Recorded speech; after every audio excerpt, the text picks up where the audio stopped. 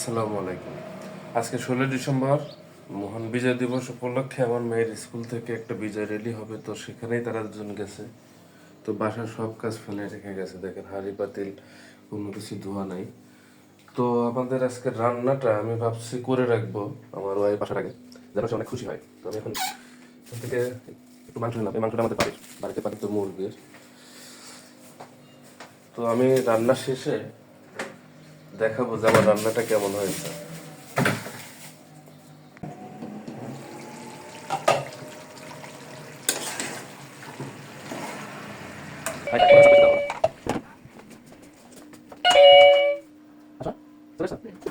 ভাবলাম তোমাকে একটু সারপ্রাইজ দেবো, তার দেওয়া হলো না। কিসের সারপ্রাইজ?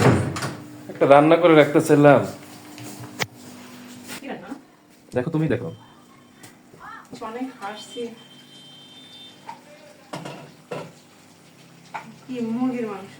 হ্যাঁ, অনেক সুন্দর কালার আসছে তো।